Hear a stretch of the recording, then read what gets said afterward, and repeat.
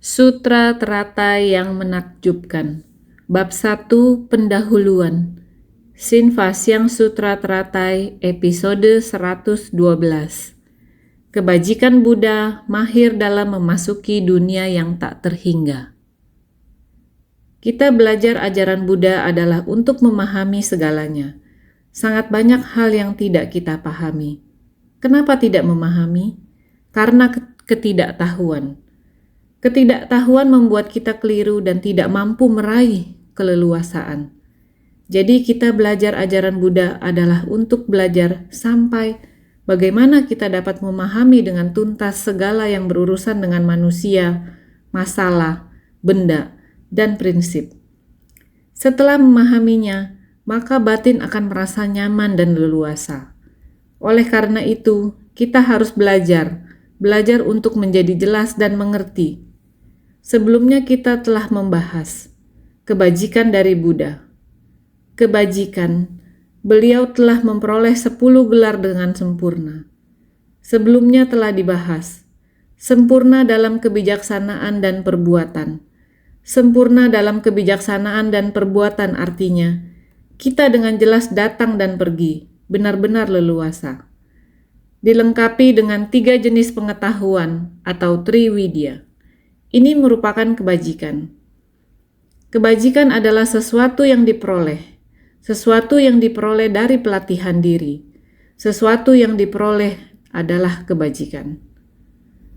Engkau tidak melatih diri maka tidak dapat memperoleh. Tidak memperoleh maka tidak mendapatkan kebajikan. Ini berarti bisa mengerti dengan jelas, yaitu berusaha untuk memahaminya. Setelah memahami, segala sesuatu menjadi jelas dan mengerti. Proses ini memerlukan kesungguhan hati. Buddha sudah memahami segala sesuatu, sebagai yang maha sadar di alam semesta. Apa yang tidak beliau ketahui? Karena itu beliau telah sempurna dalam kebijaksanaan dan perbuatan. Sempurna seperti kaki manusia, berjalan menggunakan 2 kaki, dan dapat bergerak dengan bebas. Jika salah satu kaki tidak seimbang, maka selangkah pun akan sulit ditempuh. Berjalan pun menjadi sangat sulit. Jadi bisa dikatakan bahwa jika kita ingin memasuki kondisi batin Buddha dan menapaki jalan yang ditempuh Buddha, kita harus memupuk keberkahan dan kebijaksanaan. Harus memiliki keberkahan dan kebijaksanaan. Kedua hal ini, berkah dan kebijaksanaan berjalan beriringan. Dengan demikian kita baru dapat menapak dengan sangat nyaman dan leluasa. Itulah sebabnya disebut telah sempurna dalam kebijaksanaan dan perbuatan. Juga disebut yang mulia dengan 2 kesempurnaan. Widya Carana Sampana, yang telah sempurna dalam kebijaksanaan dan perbuatan, dilengkapi dengan 3 jenis pengetahuan atau Triwidya. 1. Pengetahuan akan kehidupan lampau. 2. Pengetahuan akan samsara. 3. Pengetahuan akan cara melenyapkan segala noda batin. Pengetahuan akan kehidupan lampau, beliau sangat jelas dan sangat memahami segala sesuatu di masa lampau. Bukan hanya kehidupan lampau, melainkan tak terhitung banyaknya kehidupan. Dan juga pengetahuan akan samsara, bagaimana manusia datang ke dunia ini dan bagaimana perginya. Semuanya jelas. Kelahiran tidaklah sulit. Dalam kehidupan lampau kita memiliki jodoh karma dengan tempat tertentu, maka kita pun terlahir di sana. Kematian juga tidaklah sulit. Manusia pada akhirnya pasti akan meninggal. Inilah hukum alam. Yang paling sulit adalah waktu di antara kelahiran dan kematian. Kita hidup di dunia ini, tetapi berapa banyak prinsip yang kita pahami di dunia ini? Ketika orang berinteraksi, ada banyak masalah. Seberapa banyak kita memahami orang lain? Bukan hanya tidak memahami orang lain. Sebenarnya, seberapa banyak kita memahami diri kita sendiri? Jadi dari lahir, masa kanak-kanak, terus hingga masa tua dan kematian, selama 1 periode masa ini, periode dari antara lahir dan mati. Bisakah kita memahami dengan jelas? Manusia awam masih belum mengerti, masih belum jelas. Namun Buddha Dharma masih berada di dunia. Kita memiliki jodoh untuk bertemu dengan Buddha Dharma. Kita harus mempelajarinya, sehingga disebut mempelajari ajaran Buddha.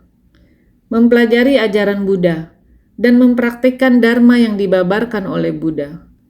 Mempelajari bagaimana beliau terlahir di dunia, jenis pemikiran dan pandangan apa yang beliau terapkan, bagaimana beliau mencari Dharma. Berupaya keras untuk menghayati dan menyadarinya, Buddha berada di dunia. Semua yang dilakukannya adalah sesuatu yang dapat kita pelajari darinya. Apakah cukup untuk sekedar belajar? Tidak. Kita juga harus mengikuti jalannya. Jadi mempraktikkan Dharma yang dibabarkan oleh Buddha. Jika kita bisa demikian, pengetahuan kita baru bisa memahaminya, bukan hanya mengetahuinya saja.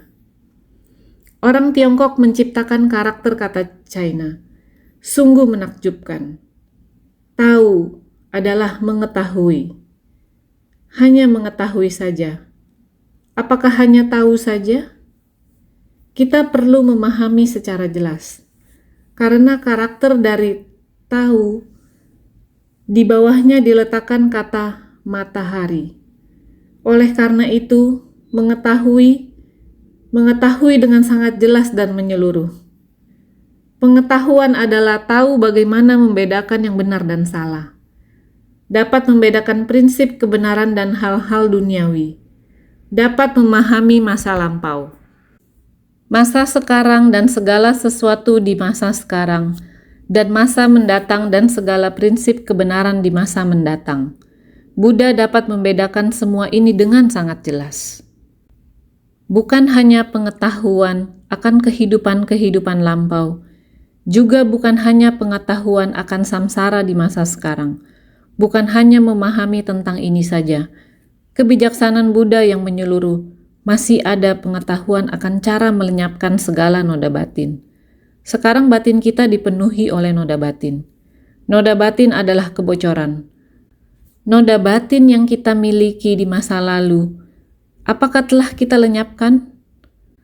Setelah melenyapkan kegelapan batin di masa lalu, akan memperoleh kebijaksanaan yang murni. Apakah kita akan menempatkan kebijaksanaan murni di dalam batin kita?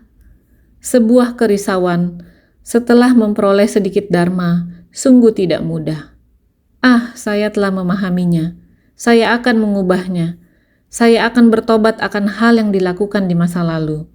Setelah membersihkan pikiran kita melalui pertobatan, apakah kita ada secara konsisten melindungi kemurnian ini? Melindungi perasaan murni ini. Apakah kita telah memasukkan dharma ke dalam batin? Jika ya, kita akan senantiasa mawas diri terhadap tindakan kita sendiri. Maka secara alami kita tidak akan membuat kesalahan lagi. Yang telah dibersihkan berarti telah bersih. Ia tidak akan ternoda lagi. Jika Anda dapat mencapai ini, itu disebut tanpa kebocoran.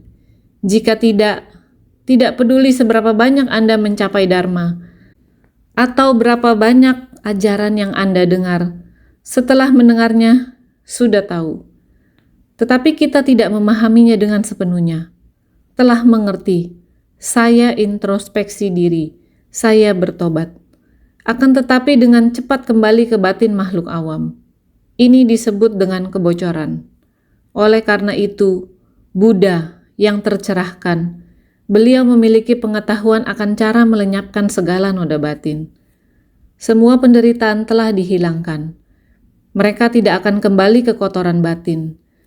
Karena Dharma berada di dalam batin kita dan tanpa kebocoran.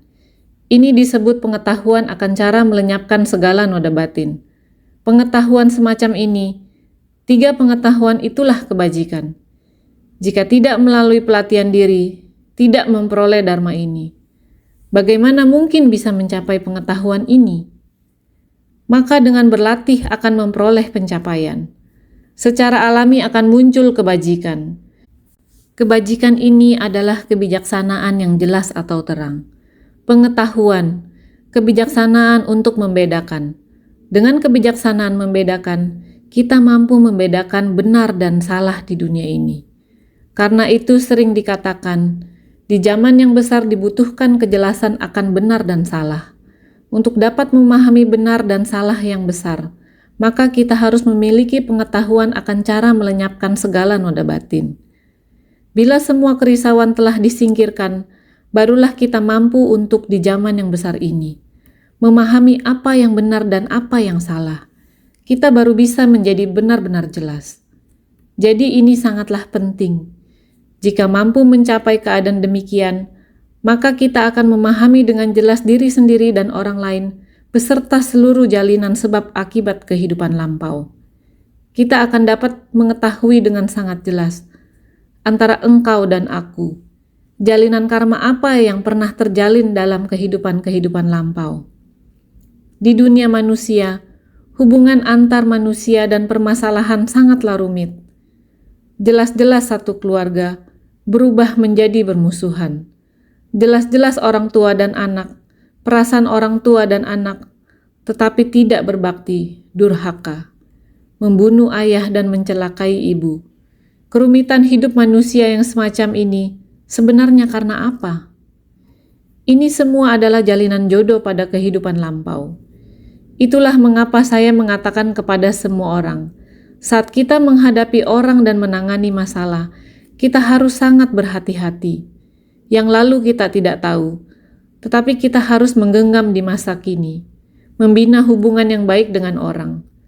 Karena segala sesuatu dan setiap orang memiliki karma sebab akibat. Kita melatih diri, yang paling penting adalah di saat ini.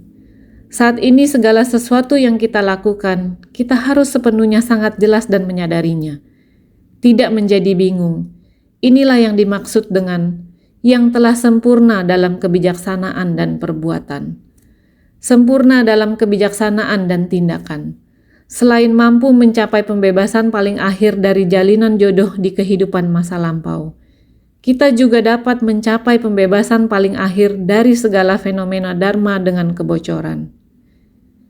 Kita juga bisa sepenuhnya menghilangkan segala kerisauan dan terbebas dari keterikatan. Hubungan antar manusia akan selalu ada sebuah keterikatan batin. Dalam keluarga kecil, dari orang tua, saudara laki-laki dan perempuan, tidak mudah untuk tumbuh dan menjadi dewasa. Setelah dewasa, diri sendiri masih harus membangun sebuah keluarga sendiri.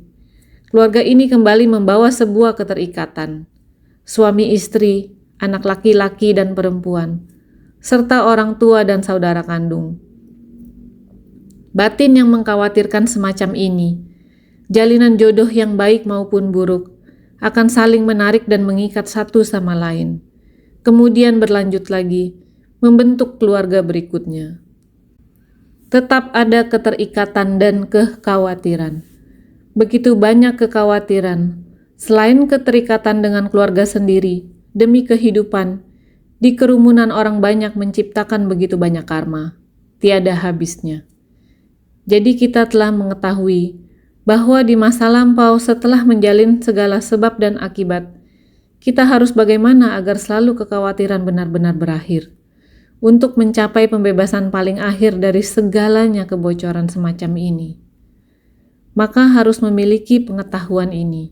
Kita harus melatih diri, memupuk keberkahan dan kebijaksanaan, memupuk keberkahan dengan menjalin jodoh baik dengan semua orang.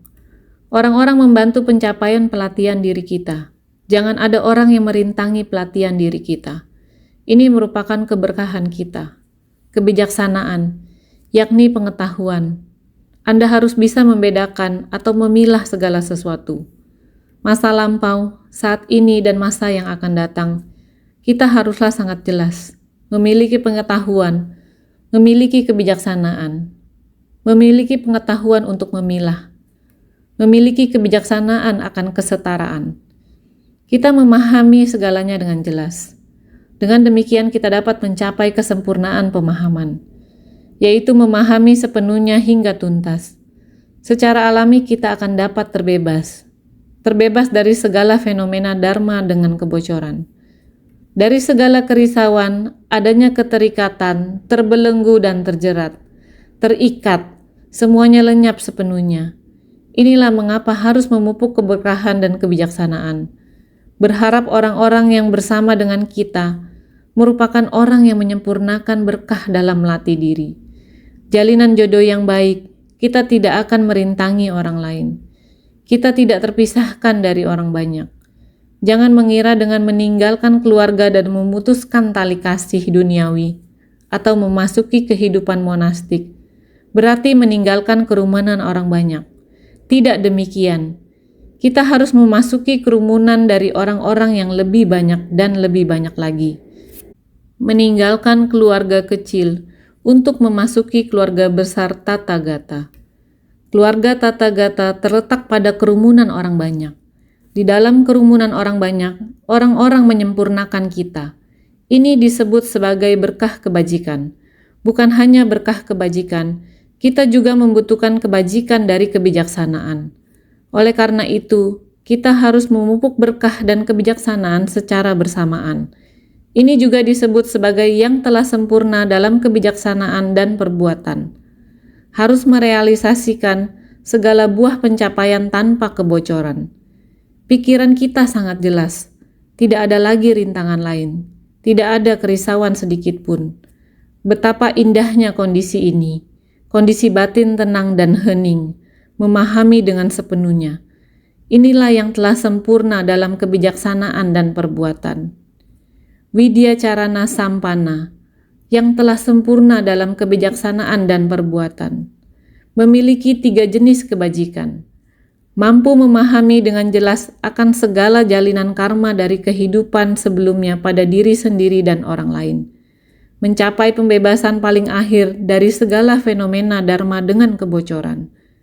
Dan merealisasikan segala buah pencapaian tanpa kebocoran. Jika kita dapat mencapai kondisi ini secara alami, setiap tindakannya menjadi aturan bagi dunia, dan setiap perkataannya menjadi standar bagi dunia. Ketika kita di tengah keramaian orang banyak, ada satu hal yang harus kita lakukan, yaitu demi dharma di dunia. Oleh karena itu, sering dikatakan bahwa dharma harus ada di dalam batin kita.